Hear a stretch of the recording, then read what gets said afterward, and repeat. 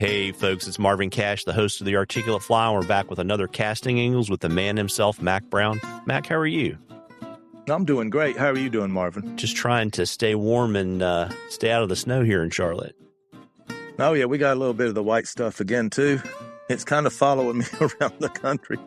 We're in Boston or Marlboro show, we got about a foot. In Edison, we got about, I don't know, maybe 18 or so inches.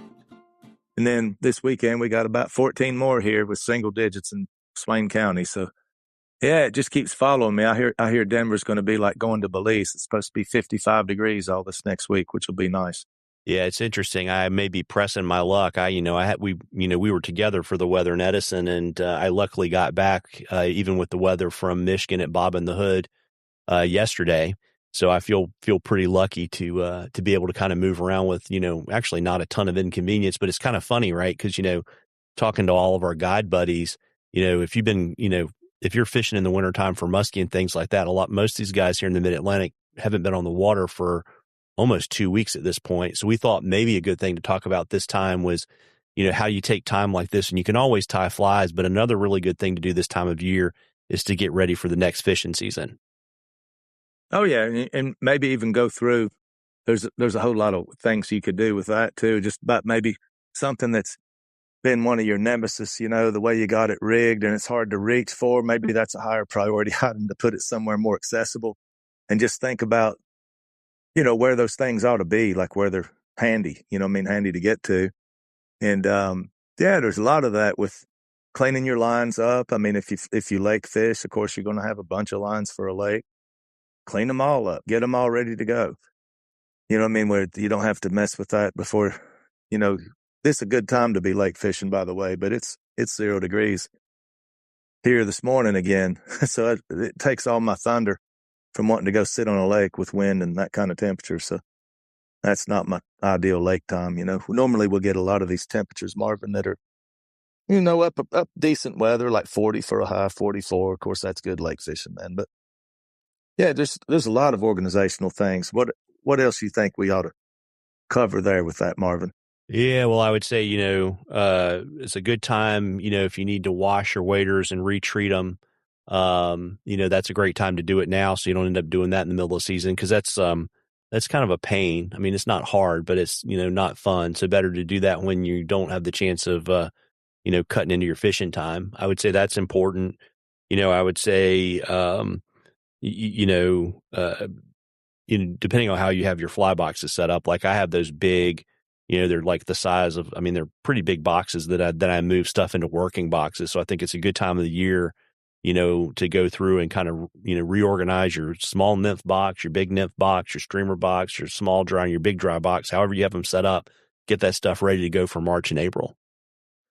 Yeah, that's a good point. And then with the boxes, maybe think about, I'm kind of picky about weight because, as a kid, we used to use split shot and wrap on lead and things like that. And of course, I don't know why, but I've gotten away from it where I very rarely will grab. And the main reason is because it'll flatten the tippet. So if you grab a big pair of hemostats and flatten a big egg-shaped weight, you've already weakened the tippet huge once it gets wet. So yeah, I don't really like mashing lead on any kind of tippet where we're using these small flies as much as back in the day. So maybe getting a system where you organize by weight. And I was thinking when we were talking about waders, maybe the footwear too, get some new 5/8 sheet metal screws, the 1/8-inch driver, then you put on there and just screw 20 of them in the bottom of your cleats, get all that ready to go too. Cause those wear out pretty quick. So just do all the general maintenance with all this would really help be prepared for when it breaks. Cause I was thinking of this when we were talking before we started here. We're really only, because this really cold weather we have right now, it's not going to last the whole month by any means. But normally we start getting the Quill Gordons coming off here the second, third week of February. We get the earliest ones in the country here. And so it's not far away. If we start going back up into the 40s, 50s, you could expect to see some big number 10 quills coming down out of these national park streams. So it's not like it's doom and gloom for weeks to come. It could turn the corner in just a week away. Yeah, funny you used to say that. I'm fishing next week on the South Holston, the Watauga, to do the post-spawn streamer thing, and I was just checking the weather, and I think next Wednesday or Thursday in Johnson City, it's supposed to be 60 degrees. So that's just awesome. Cloudy and warm, but the water's cold. So it'll be perfect. That will be perfect. That's a great time to be out there. Oh, and it really wakes the fish up too, because that's one of the secrets, of course, when you plan stuff as an outfitter. I mean, people might not be there at the ideal time versus what is the ideal time. But I can say this over the years, in 44 years of outfitting, is this: when you have this cold of weather and the water's down in the mid 30s, the first warm day that comes, it's going to be a good day. So you can just look at it and predict it. It's like, but it's always going to be good when it warms up like that. And a lot of people don't pick it that way. I mean, there was a guy called Saturday when 14 inches of snow fell, and he was 4 hours away thinking he was going to go that afternoon. And I'm like, no, you pretty much missed it. Because one, you're not going to get here in time. The highways, I had a state of emergency all over Western Carolina. And I'm like thinking to myself, wow, this guy's really dedicated. He wants to drive through a blizzard and go stand in the water. You know what I mean? It's like probably not going to happen. So he missed it. I think he's coming in the spring. That's what I kind of tried to talk him into. Yeah. But, I would say too, like, going back to your gear, the other thing, like however you carry your stuff on the water, great time of the year to go through, make sure, your, whatever leader system you have in terms of what you like to carry, that you have, find where the holes are there, find the holes in your tippet, right? Make sure your floating is there, so all that stuff, great time of the year, all these fly shops, fly fishing shows have sales. You can kind of go back and like kind of what I call refill the groceries, right? And yeah. And the other thing to do too is there are things that kind of don't last forever. So for example, nothing worse than opening an old pair of chemical hand warmers, and they don't get warm, right? Or, I always suggest to people that they carry some kind of first aid kit with them, and that stuff doesn't last forever either. So, for me, I have a big plastic tub that I keep everything in. And so I kind of go through that box, like a time like this, and I'll make kind of seasonal changes. Like I won't take my winter stuff out yet, which would be like nitrile gloves, Right. stocking cap, mittens, those things. But, when it warms up, that stuff will go out for the summertime, and there'll be a little bit of that stuff. But I think, folks, this is a great time of the year, put on a ball game and to get a couple beers and just put on some music and drink some beers and kind of go through your stuff.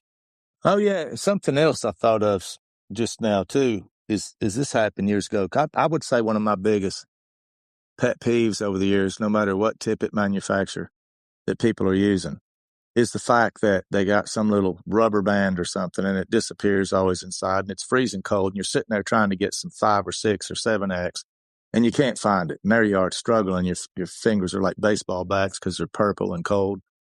So I made all these. This is really easy to do. Just get some elastic. You can buy the elastic, buy yourself some tubing, the clear tubing, like they use for the New Zealand strike indicator, and go ahead and attach that and have the tippet always where it's sticking out like 2 inches. So you grab it and the thing revolves and you never lose the handle. In other words, the tippet's always right there. So no matter how cold you are, you're always going to be able to use it. You're never looking for it. And that I can't remember what year that was, Marvin. It's probably 20 years ago, but that was one of those real cold times in the winter. I thought, I'm going to do a better system. But I still don't think there's a commercial manufactured system of like what I'm talking about, where your tippet is always there and ready. And so that's worth something for those of you listening to maybe think about getting your tippet organized where you're not looking for it when it's cold. Yeah, 100%. And, so, we've had what, Marlboro and Edison, we've had a week off. You're going to be in Denver this coming week. But one of the things we decided to do was, for everybody that's joining our mailing list, you can find it on my LinkedIn profile. Well, not my LinkedIn profile, my bio and my Instagram. And I know you've got it on your website and you've got a QR code you're showing people on the road. But we had a bunch of people sign up in Marlboro and Edison, and we decided we were going to just kind of pick out of the hat every time we get together, and you're going to give away a casting angles book, right? That's right. And you're going to autograph it and all kinds of cool stuff, right, Mac Brown? Oh, yeah. And you drew a winner today. Yeah, I did. And so I reached in the magic hat. Yeah, I did, and used the magic Google number generator. And the winner is Stephen Ty. And Stephen, we don't have your address, but we will email you to get your address. And when you do that, if you tell Mac how you want the book personalized, he'll get it out to you. And if you turn it around really quickly, although the reality is you're probably not going to get to him before he heads off to Denver, but he'll definitely take care of you. And then we're talking about that. So, you kind of continue the journey you're getting ready to go on your West Coast fly fishing show, Junket Ride, and we won't see each other again in person until Lancaster. That's right. I think Lancaster's the next one where we'll see each other. And go to Denver, and then I'm going to Medford, Oregon, which is not a show, but going to swing on the Klamath for 4 or 5 days, and then from there I'll go to Bellevue and then back home. So yeah, that's going to be interesting. I'm looking forward to both of those events, and also hopefully it's going to be a little bit more mild out there on the Klamath than it is here. Yeah, well, there you go. And I want to give a shout out to everybody that out at Bob and the Hood. It was great to see everybody. It was great to have people come up and say they listen to the podcast. Always enjoy meeting listeners. That was super cool. And Mac, before I let you go, I know when show season is over, you'll be back in Bryson City, teaching and guiding. You want to let folks know where they can find you? Sure. The easiest thing is just the website, macbrownflyfish.com. And it's all one word, just macbrownflyfish.com. And that's the easiest. Sometimes people will DM on, you got to realize I'm not a big social media fan. I didn't grow up with it. So I'm lucky. I'm probably one of the last dinosaurs that even has it, So that's easier on a website, because then it gives you an email, gives you a way to, communicate. I'm more into email than I am the messaging. Yeah, I got it. So you're not making a telephone out of like 2 fly pucks and a piece of string? No. But it's just hard because stuff gets overlooked, because the way that I see it as a lot of issues with Instagram and Facebook and all that stuff, because you get limit. Then if they're not already on your thing, then they DM you and you find it a year later. It's just a lot of stuff gets lost. So I don't prefer it personally. I'm with you. And so, and I would say, folks, keep, if you're not on the mailing list, get on the mailing list, because we're going to do this, every 2 weeks when we're together through show season. So great opportunity to pick up a copy of Casting Angles, because, Mac hasn't only had one printing and we're getting low. So if you want the book, you might want to grab one if you don't win, because otherwise you're going to have to find them on Amazon. And I'll just tell you, folks, it's cold, tie flies, or organize your gear. Tight lines, everybody. Tight lines, Mac. Tight lines, Marvin.